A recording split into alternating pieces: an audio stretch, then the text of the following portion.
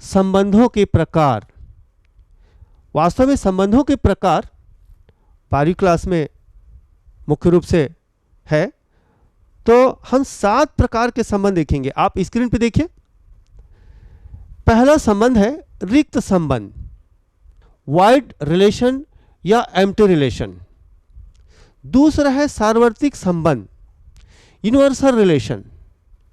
तीसरा है तत्समक संबंध, आइडेंटिटी रिलेशन। चौथा है स्वतुल्य संबंध, रिफ्लेक्सिव रिलेशन। अगला है सम्मित संबंध, सिमेट्रिक रिलेशन। फिर है संक्रामक संबंध, ट्रांजिटिव रिलेशन। आप देखते जाएं, स्क्रीन पे लिखा हुआ है और आप इन्हें नोट भी करते जाएं। और लास्ट संबंध है तुल्यता संबंध, इक्विवेलेंस रिलेशन। इन 7 संबंधों को हम परिभाषित करेंगे और एग्जाम्पल लेंगे, और इन्हीं संबंधों से हम एक्सरसाइज के सवाल और कुछ एग्जाम्पल करेंगे। अब हम एक एक करके संबंधों को परिभाषित करते हैं।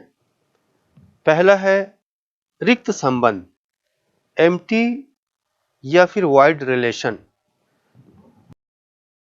यदि समुच्चय A का कोई अवयव समुच्चय A के किसी भी अवयव से संबंधित नहीं है, तब समुच्चय A में यह संबंध R रिक्त संबंध कहलाता है।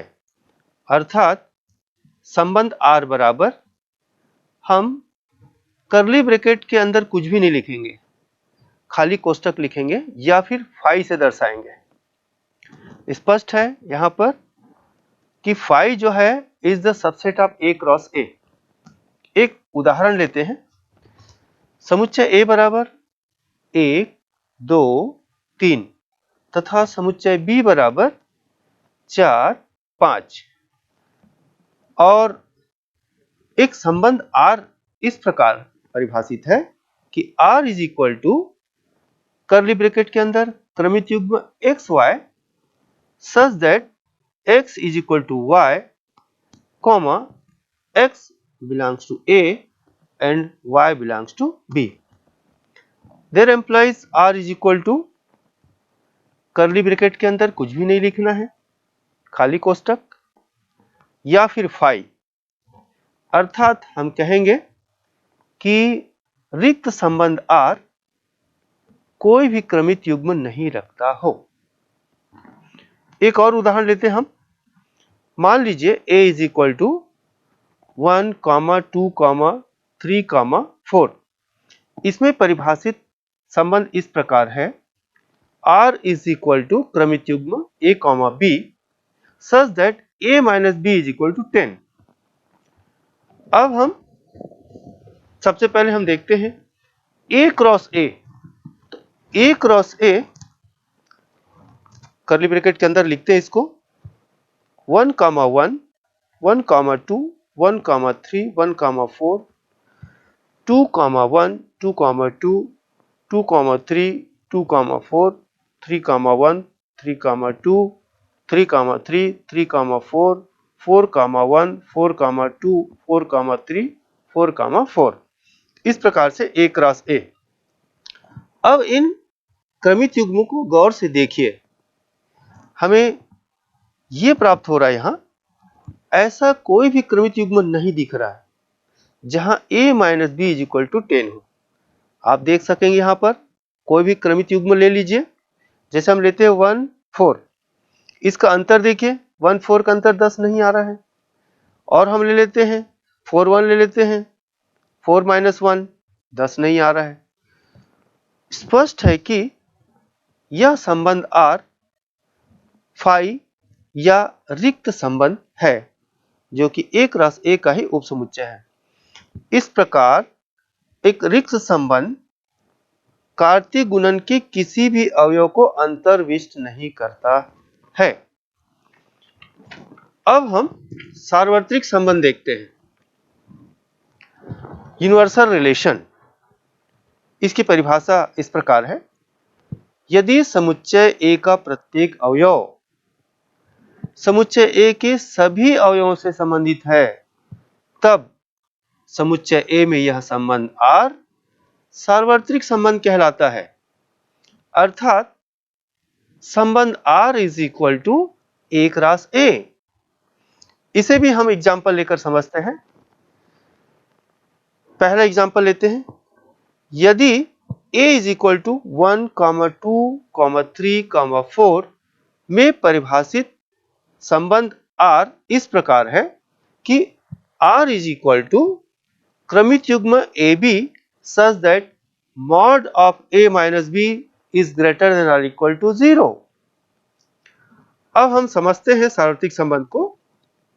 यहां पर यदि हम A क्रॉस A देखें तो A cross A is equal to 1, 1, 1, 2, 1, 3, 1, 4, 2, 1, 2, 2, 2, 3, 2, 4, 3, 1, 3, 2, 3, 3, 3, 4, 4, 1, 4, 2, 4, 3, 4, 4। यहां प्रत्येक क्रमित युग्म के लिए A माइनस B 0 हो सकता है, या A minus B is equal to धनात्मक हो सकता है, या A minus B is equal to ऋणात्मक हो सकता है। अर्थात हम इसको संक्षिप्त में ये कह सकते हैं कि mod of A minus B is greater than और इक्वल टू 0। स्पष्ट है कि A क्रॉस A के प्रत्येक क्रमित युग्म mod of A minus B is greater than और इक्वल टू 0 का पालन कर रहा है। इसलिए R is equal to A cross A। यहां पर R A क्रॉस A के सभी अवयवों को अंतर्विष्ट करता है, अतः यह सार्वत्रिक संबंध है। एक और उदाहरण लेते हैं। यदि A इज इक्वल टू 1, 2 और दूसरा समुच्चय B इज इक्वल टू 3, 4 तथा एक संबंध R इज इक्वल टू क्रमित युग्म 1, 3, क्रमित युग्म 1, 4, 2, 3, 2, 4। अब हम इस उदाहरण में देखते हैं, चूंकि A क्रॉस B हमें प्राप्त होगा 1, 3, 1, 4, 2, 3, 2, 4, जबकि दिया हुआ संबंध R 1, 3, 1, 4, 2, 3, 2, 4 है। स्पष्ट है कि R is equal to A cross B। चूंकि R जो है A क्रॉस A के सभी अवयवों को अंतर्विष्ट कर रहा है, अतः R एक सार्वत्रिक संबंध है। अगला हम संबंध देखते हैं, तत्समक संबंध, आइडेंटिटी रिलेशन। इसकी परिभाषा देखते हैं।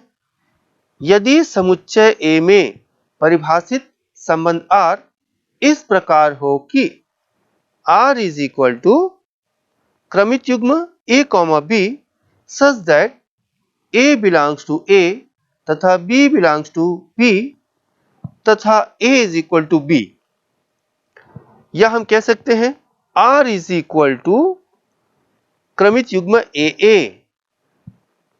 AA इसलिए क्योंकि संबंध में A is equal to B होना चाहिए। such that for all A belongs to A, तब संबंध R तत्समक संबंध कहलाता है और इसे संकेत IA से दर्शाते हैं। एक उदाहरण से इसको समझते हैं। यदि समुच्चय A इज इक्वल टू 1, 2, 3, 4, तब IA is equal to R is equal to curly bracket के अंदर 1, 1, 2, 2, 3, 3, 4, 4 तत्समक संबंध होगा। अब हम चौथा संबंध देखते हैं, स्वतुल्य संबंध, जिसे रिफ्लेक्सिव रिलेशन भी कहते हैं।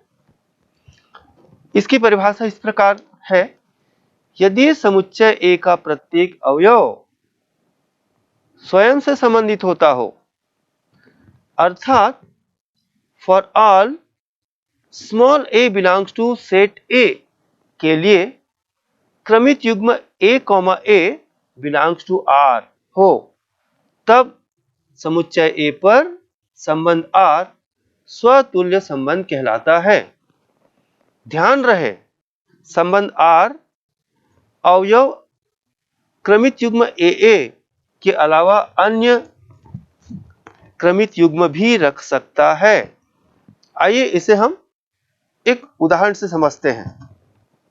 पहला उदाहरण, समुच्चय A इज इक्वल टू 1, 2, 3 के लिए निम्न संबंध को देखिए।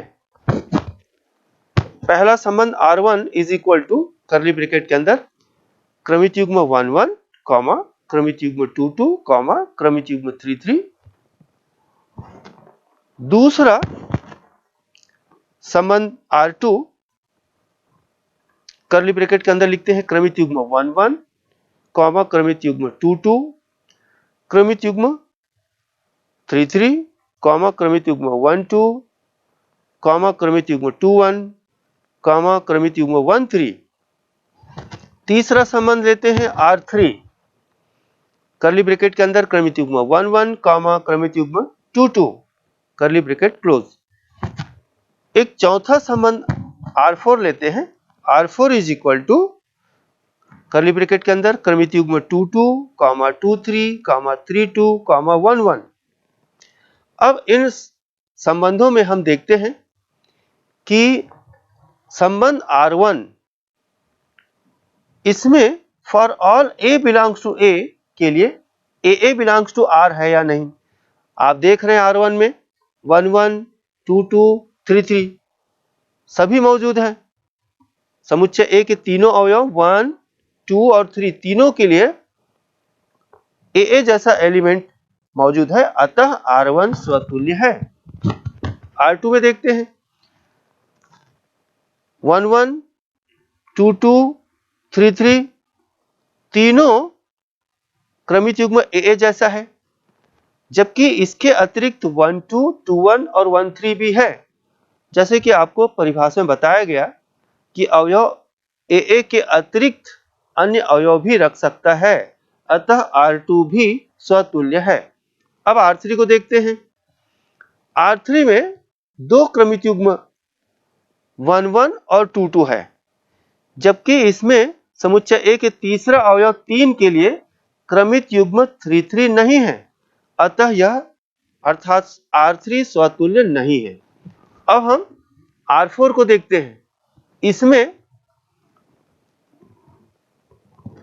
2, 2, 2, 3, 3, 2 और 1, 1 है, जबकि इसमें अवयव 3 के लिए अवयव 3, 3 मौजूद नहीं है, अतः R4 स्वतुल्य नहीं है। एक और उदाहरण देखते हैं। समुच्चय A इज इक्वल टू 1, 2, 3, 4 के लिए निम्न संबंध को देखिए। R1 इज इक्वल टू क्रमित युग्म 1, 1, 2, 2, 3, 3, 4, 4, 1, 2, 2, 1। दूसरा R2 इज इक्वल टू 1, 1, 2, 2, 3, 3, 4, 4।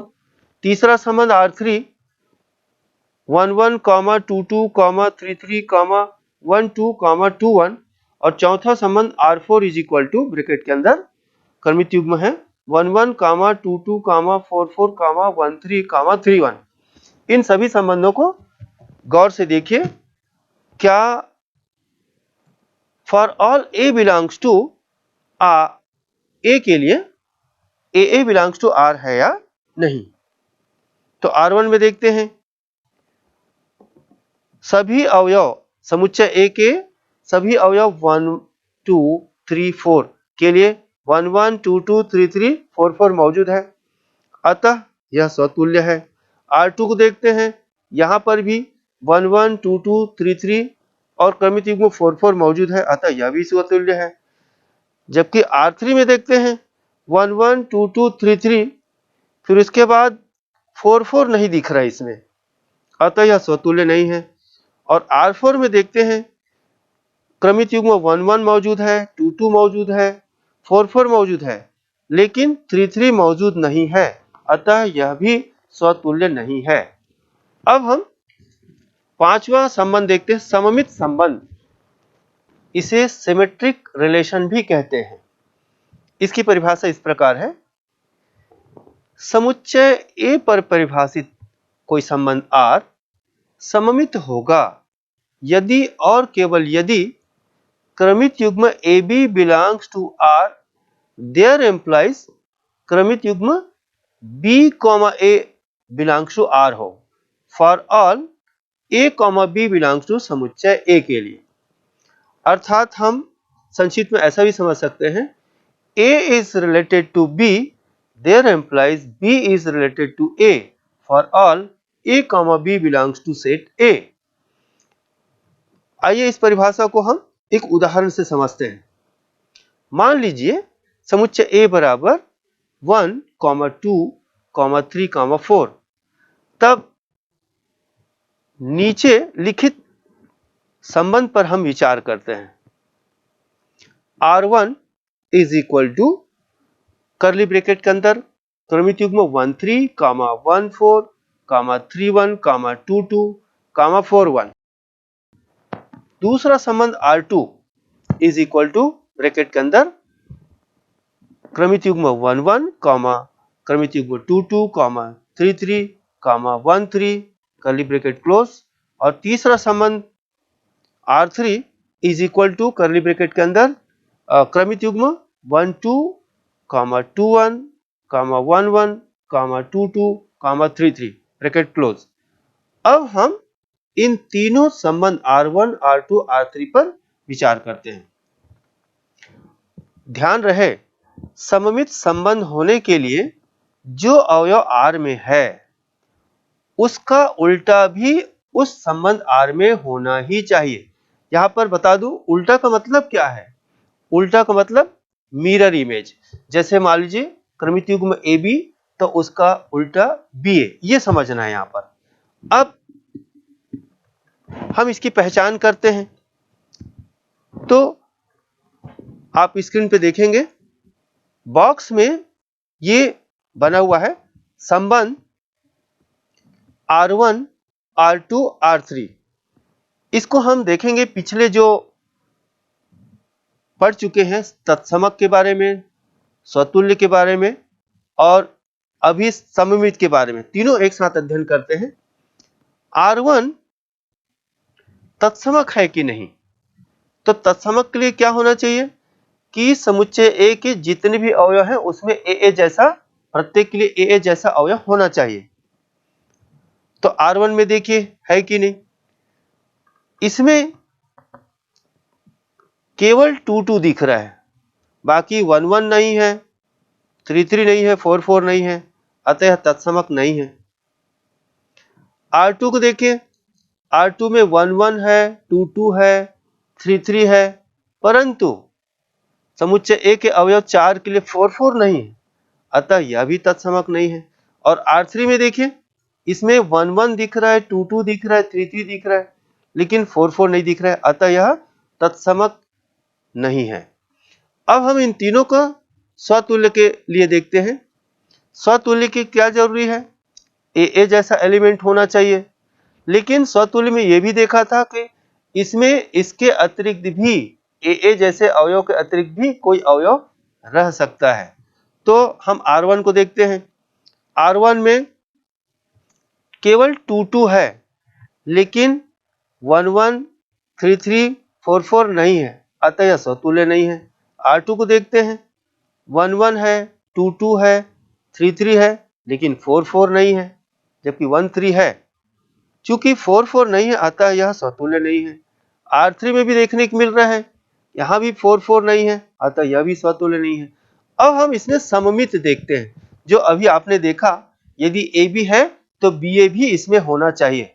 तो जैसे हम R1 के लिए देखते हैं, R1 में देखिए 1, 3 है, स्क्रीन पे देखिए, तो 3, 1 भी दिख रहा है, 1, 4 है, तो यहां पर क्रमित युग्म 4, 1 भी दिख रहा है, और 2, 2, अब 2, 2 के लिए उसका उल्टा क्या होगा? 2, 2 ही होगा, इसलिए 2, 2 का उल्टा 2, 2 मौजूद है मान सकते हैं, अतः यह सममित है।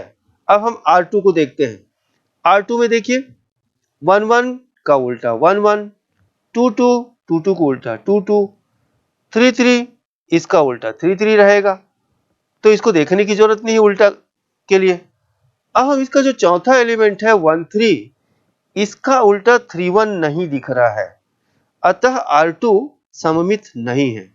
हम R3 को देखते हैं, इसमें 1 2 का उल्टा 2 1 मौजूद है, बाकी 1 1 2 2 और 3 3 इनका उल्टा वही रहता है, इसलिए इसको देखने की जरूरत नहीं है, अतः यह सममित है। अब हम नेक्स्ट संबंध देखते हैं, संक्रामक संबंध, ट्रांजिटिव रिलेशन। इसकी परिभाषा इस प्रकार है, समुच्चय A पर संबंध R संक्रामक होगा यदि और केवल यदि क्रमित युग्म AB बिलोंग्स टू R और क्रमित युग्म BC belongs to R, there implies क्रमित युग्म AC belongs to R for all A, B, C belongs to A होना चाहिए।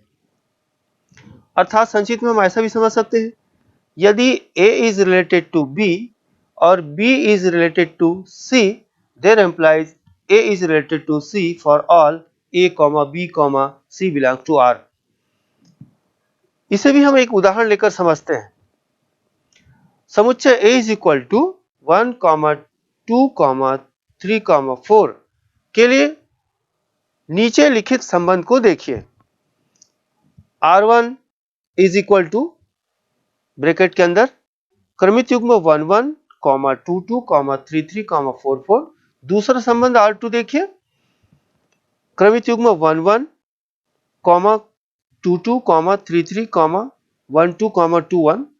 तीसरा संबंध R3 देखिए, R3 is equal to curly bracket के अंदर क्रमित युग्म 1 1, 2 2, 3 3, 4 4, 1 2, 2 1 ब्रैकेट क्लोज। और चौथा संबंध R4 is equal to bracket के अंदर क्रमित युग्म 1 2, क्रमित युग्म 3 4। हम इन चारों संबंध पर विचार करते हैं। आप स्क्रीन पे देखें, कॉलम बना हुआ है, चारों संबंध क्रमशः R1, R2, R3, R4 और इसकी पहचान हम तत्समक संबंध, स्वतुल्य संबंध, सममित संबंध और लास्ट में संक्रामक संबंध के रूप में करेंगे। तो चलिए सबसे पहले हम देखते हैं, तत्समक के लिए केवल क्या होना चाहिए, AA प्रकार का अवयव होना चाहिए। समुच्चय A के प्रत्येक अवयव के लिए क्रमित युग्म AA जैसा अवयव उस संबंध में होना चाहिए। तो R1 में देखिए, अवयव 1, अवयव 2, अवयव 3, अवयव 4, चारों के लिए क्रमित युग्म AA जैसा दिख रहा है, 1 1, 2 2, 3 3, 4 4, अतः यह तत्समक है। R2 के लिए देखिए, इसमें आपको 4 4 नहीं दिख रहा है, यह तत्समक नहीं है। R3 में देखिए 1 1 है, 2 2 है, 3 3 है, 4 4 है, किंतु इसके अतिरिक्त 1 2 और 2 1 भी है, अतः R3 तत्समक नहीं है। R4 में देखिए, इसमें केवल 1 2 और 3 4 है, इसमें AA जैसा कोई भी एलिमेंट नहीं है, अतः R4 तत्समक नहीं है। स्वतुल्य में देखिए, R1 स्वतुल्य। स्वतुल्य के लिए आपने परिभाषा में देखा था, AA के अतिरिक्त अन्य अवयव भी रह सकता है। तो इसमें देखिए, इसमें 1 1 है, 2 2 है, 3 3 है, 4 4 है, अतः यह स्वतुल्य है। R2 पर विचार करते हैं, इसमें 1 1, 2 2, 3 3 ये सभी क्रमित युग्म है, लेकिन क्रमित युग्म 4 4 नहीं है, अतः स्वतुल्य नहीं है। R3 पर विचार करते हैं, 1 1, 2 2, 3 3, 4 4 के अतिरिक्त इसमें 1 2 और 2 1 भी मौजूद है, अतः यह R3 है और R3 स्वतुल्य है। और R4 को देखते हैं, इसमें AA जैसा एक भी एलिमेंट नहीं है, अतः R4 स्वतुल्य नहीं है। अब हम सममित देखते हैं। R1 सममित के लिए क्या होना चाहिए, यदि A is related to B तो वहां B is related to A भी होना चाहिए, अर्थात AB का उल्टा BA होना चाहिए। तो R1 में देखते हैं, 1 1 है तो उसका उल्टा 1 1 है, 2 का उल्टा 2 ही होगा। ठीक इसी प्रकार से 3 और 4 अर्थात R1 सममित है। R2 पर विचार करते हैं, 1 2 3 क्योंकि इसका उल्टा वही होता है इसलिए इसको देखने की जरूरत नहीं है। आप यहां पर समझ सकेंगे AA का उल्टा A ही होता है, इसलिए इस प्रकार के अवयव को देखने की जरूरत नहीं सममित के लिए। तो यहां पर R2 में 1 2 और इसका उल्टा 2 1 मौजूद है, अतः R2 सममित है। ठीक इसी प्रकार से R3 देखते हैं, इसमें 1 1 2 2 3 3 4 4 को देखने की जरूरत नहीं है। यहां पर हम 1 2 और 2 1, तो 1 2 को उल्टा 2 1 मौजूद है, अतः R3 सममित है। और R4 इसमें 1 2 है लेकिन इसका उल्टा 2 1 मौजूद नहीं है। ठीक इसी प्रकार से अवयव 3 4 के उल्टा 4 3 मौजूद नहीं है, अतः R4 सममित नहीं है। अब हम संक्रामक देखते हैं। तो संक्रामक के लिए परिभाषा आपको पता है, फिर से एक बार दोहरा दूं मैं कि क्रमित युग्म AB और क्रमित युग्म BC बिलोंग्स टू R, तो उसमें AC बिलोंग्स टू R होना चाहिए, ये देखना है। चलिए पहला संबंध R1 देखते हैं। पहला संबंध, इसमें 1 1 2 2 3 3 4 4 है। इसमें पहला क्रमित युग्म का जोड़ी, जैसे AB का जोड़ी BC मौजूद है तभी हमको आगे देखना है। जैसे AB, जैसे 1 1, तो 1 1 का इसमें जोड़ी दूसरा क्रमित युग्म मौजूद नहीं है, इसलिए इसको देखने की जरूरत नहीं है, अतः R1 संक्रामक है। R2 में देखें, R2 में जैसे हम देखते हैं 1 1 2 2 3 3, इसको देखने की जरूरत नहीं है। अब हम अगला एलिमेंट देखते हैं 1 2, तो 1 2 का जोड़ी 2 1। अब परिभाषा के अनुसार इसमें क्या मौजूद होना चाहिए? पहला क्रमित युग्म 1 2 का पहला अवयव 1 और दूसरा क्रमित युग्म 2 1 का दूसरा अवयव 1, तो हमें इसमें मौजूद होना चाहिए 1 1 जो सामने दिख रहा है। 1 2 belongs to R2, 2 1 belongs to R2, there implies 1 1 also belongs to R2, अतः यह संक्रामक है। R3 में देखिए 1 1 2 2 3 3 4 4, ये देखने की जरूरत नहीं है। 1 2 और 2 1 देखिए, 1 2 मौजूद है, 2 1 मौजूद है, तो यहां पर 1 1 भी मौजूद है, अतः R3 भी संक्रामक है। और चौथा, जिसमें जैसे क्रमित युग्म 1 2, तो इसका जोड़ी 2 1 या 2 3 या 2 से रिलेटेड कोई जोड़ी नहीं है। जैसे इसमें AB और इसका जोड़ी BC होना जरूरी है, तब हम AC को खोजेंगे। तो यहां पर AB जैसा एलिमेंट 1 2 तो है, लेकिन BC जैसा एलिमेंट नहीं है, 1 2 को जोड़ी नहीं है, इसलिए देखने की जरूरत नहीं है, संक्रामक माना ही जाएगा। 3 4 के लिए भी वैसे ही देखिए, 3 4 के लिए कोई जोड़ी नहीं है BC प्रकार का, इसलिए इसका जोड़ी देखने की जरूरत नहीं है, अतः R4 भी संक्रामक है। यहां पर बता दूं मैं, संक्रामक होने हेतु यदि किसी अवयव का दूसरा जोड़ी नहीं है, अर्थात जैसे AB संबंध में है, मौजूद है, और BC संबंध में मौजूद नहीं है, तो वह संक्रामक ही माना जाएगा। चलिए बच्चों, अब हम तुल्यता संबंध देखेंगे। तो तुल्यता संबंध के लिए जैसे पिछली क्लास में आपने देखा था, स्वतुल्य संबंध, सममित संबंध, संक्रामक संबंध। आइए हम इनको संक्षिप्त में और समझते हैं, फिर तुल्यता संबंध के बारे में जाते हैं। पहले हम देखते हैं स्वतुल्य संबंध। क्या होता है स्वतुल्य संबंध? परिभाषा में संक्षिप्त में हम देखते हैं, for all small a belongs to set A, there implies क्रमित युग्म AA belongs to relation R। जैसे हम इसका एग्जाम्पल देखते हैं, जैसे कि कोई त्रिभुज स्वयं के समरूप होता है, यह स्वतुल्य संबंध कहलाता है। मान लीजिए त्रिभुज एक ऐसा समुच्चय जो त्रिभुजों का समुच्चय है, तो हम ये कह सकते हैं समझने के लिए कि प्रत्येक त्रिभुज स्वयं के समरूप होता है, या स्वतुल्य संबंध के रूप में हम समझ सकते हैं। इसी प्रकार से हम और एक ज्योमेट्रिकल एग्जाम्पल ले सकते हैं। प्रत्येक रेखा स्वयं के समानांतर होता है। मान लीजिए कोई समुच्चय समस्त रेखाओं का समुच्चय है, तो हम प्रत्येक रेखा स्वयं के समांतर होता है, अर्थात हम कह सकते हैं कि for all A belongs to set A there implies A belongs to R. फिर सेकंड देखते हैं सममित संबंध। सममित संबंध के लिए हम दो अवयव चुनते हैं। मान लीजिए small A small B belongs to set ए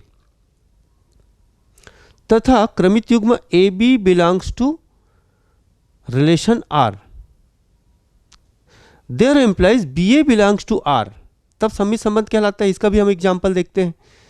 यदि कोई त्रिभुज x एक अन्य त्रिभुज y के समरूप है, तो निश्चित रूप से हम कह सकते हैं कि त्रिभुज y भी त्रिभुज x के समरूप होगा।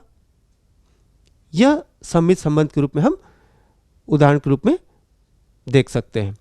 ठीक, एक और उदाहरण इसी का लेते हैं हम लोग। एक रेखा x एक दूसरी रेखा y के समानांतर है, तो हम ये भी कह सकते हैं कि रेखा y रेखा x के भी समानांतर होगा। तो हम रेखाओं में इस संबंध को सम्मिक संबंध कह सकते हैं। तीसरा हम देखते हैं संक्रामक संबंध। संक्रामकता के लिए तीन अवयव लेते हैं। मान लो small A small B small C समुच्चय ए के तीन अवयव हैं तथा क्रमित युग्म A B belongs to R और क्रमित युग्म B C belongs to R, there implies A C belongs to R है, तब हम इसको संक्रामक संबंध कहते हैं। इसका भी एग्जाम्पल लेते हैं। मान लीजिए कोई त्रिभुज x एक अन्य त्रिभुज y के समरूप है तथा त्रिभुज y एक और त्रिभुज z के समरूप है, तब निश्चित रूप से कहा जा सकता है कि त्रिभुज x त्रिभुज z के भी समरूप होगा। तो इस प्रकार से हमने यहां पर तीन प्रकार के त्रिभुज लिया, त्रिभुज x, y और z। तो हम त्रिभुजों में यह संबंध संक्रामक संबंध कह सकते हैं। एक और इसी की एग्जाम्पल लेते हैं। मान लीजिए तीन नेचुरल नंबर है, small x small y small z belongs to natural number, और हम ये मान लें कि यदि x is less than y and y is less than z, तब निश्चित रूप से कहा जा सकता है कि x is less than z। तब हम संख्याओं में यह संबंध संक्रामक संबंध के रूप में हम जान सकते हैं। अब हम देखते हैं कोई संबंध स्वतुल्य नहीं है, तो स्वतुल्य नहीं है कब कहा जा सकता है?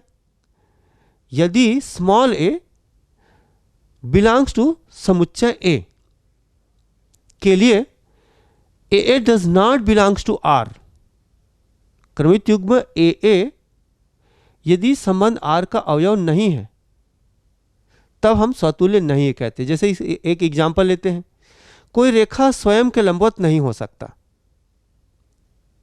मान लीजिए कोई समुच्चय सभी प्रकार की रेखाओं का समुच्चय है, तो कोई रेखा स्वयं के लंबवत नहीं होता है, तो लंबवत का संबंध स्वतुल्य नहीं है। फिर हम देखते हैं कोई संबंध सममित नहीं है, तो सममित नहीं है, तो इसके लिए देखिए, यदि दो अवयव A B belongs to A और क्रमित युग्म A B belongs to R, परंतु B A does not belongs to R हो, तब हम कहेंगे सममित नहीं है। इसका भी हम एक एग्जाम्पल लेते हैं। मान लीजिए दो अवयव ए और B, A is less than B.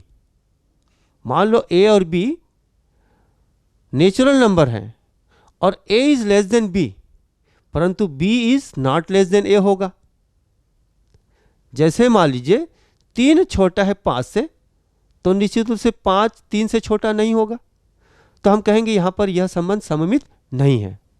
अब हम देखते हैं संक्रामक नहीं है, तो संक्रामक नहीं है इसके लिए हम 3 एलिमेंट लेते हैं।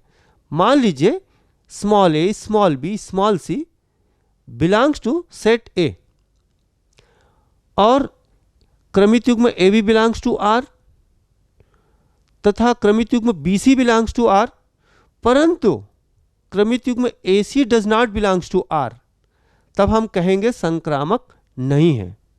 इसका भी हम एग्जाम्पल देखते हैं कि मान लीजिए समुच्चय A रेखाओं का समुच्चय है, और यदि इसमें संबंध लंब का संबंध है, अर्थात यदि रेखा x परपेंडिकुलर रेखा y, रेखा y इस परपेंडिकुलर रेखा z, परंतु रेखा x रेखा z पर लंबवत नहीं हो सकता, अर्थात रेखाओं में यह लंबवत संबंध संक्रामक नहीं है। इस प्रकार यदि हम देखें एक संबंध R such that A tends to A के लिए R यदि स्वतुल्य है, R यदि सममित भी है, और साथ साथ R संक्रामक भी है, तब हम संबंध R को समुच्चय A में तुल्यता संबंध है कहेंगे। हम इस तुल्यता संबंध के लिए स्वतुल्य, सममित और संक्रामक तीनों का होना जरूरी है। अगले हम वीडियो क्लास में तुल्यता संबंध के लिए उदाहरण लेकर के समझेंगे। Thank you.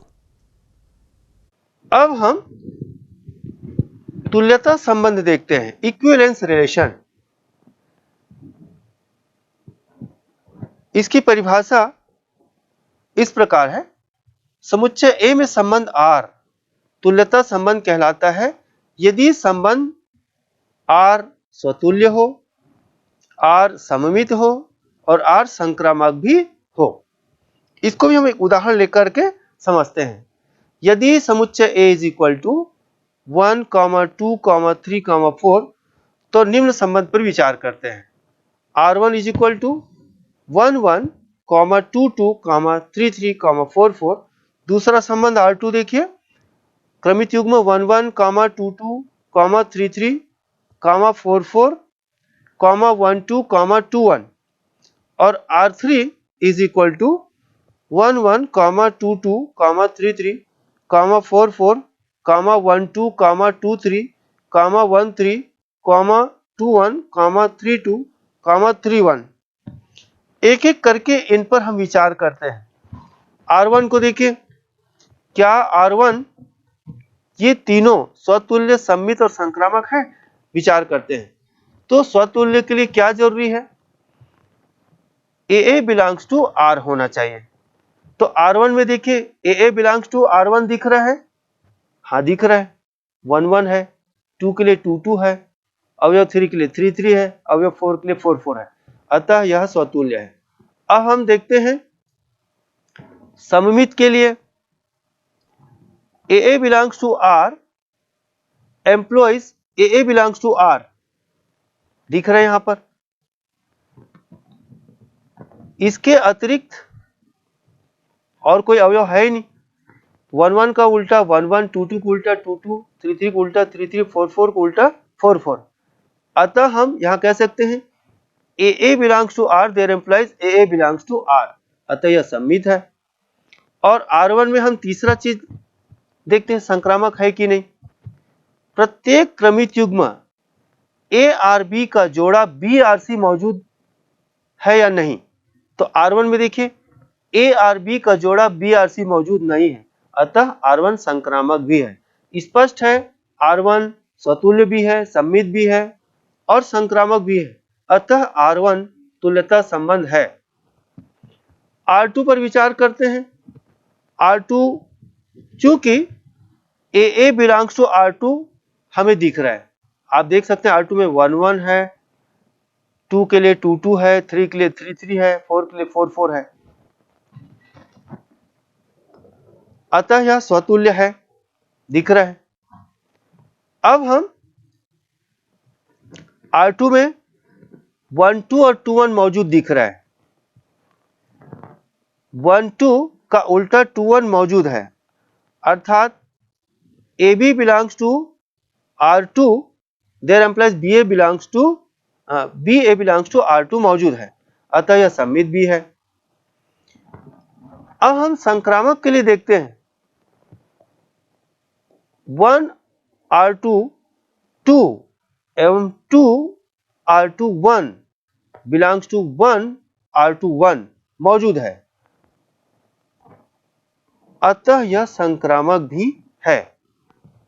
इसका मतलब क्या हुआ कि R2 स्वतुल्य भी है, सममित भी है और संक्रामक भी है, अतः R2 तुल्यता संबंध है। अब लास्ट हम R3 पर विचार करते हैं। R3 में देखिए AA जैसा अवयव मौजूद है, AA बिलोंग्स टू R3 दिख रहा है, अतः स्वतुल्य है। फिर सममित के लिए देखिए 1 2 तो इसका उल्टा 2 1 मौजूद है, 2 3 इसका उल्टा 3 2 मौजूद है, 1 3 इसका उल्टा 3 1 मौजूद है, अतः यह सममित भी है।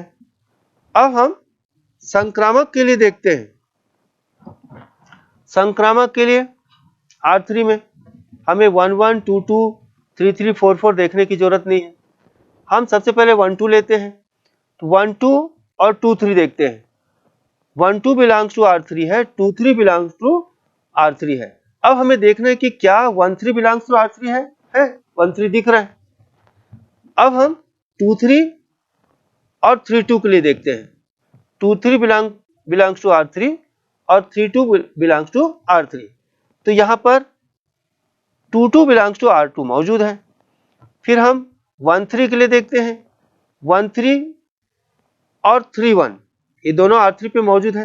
अब हमें देखना है क्या 1 1 R3 पर मौजूद है? मौजूद है।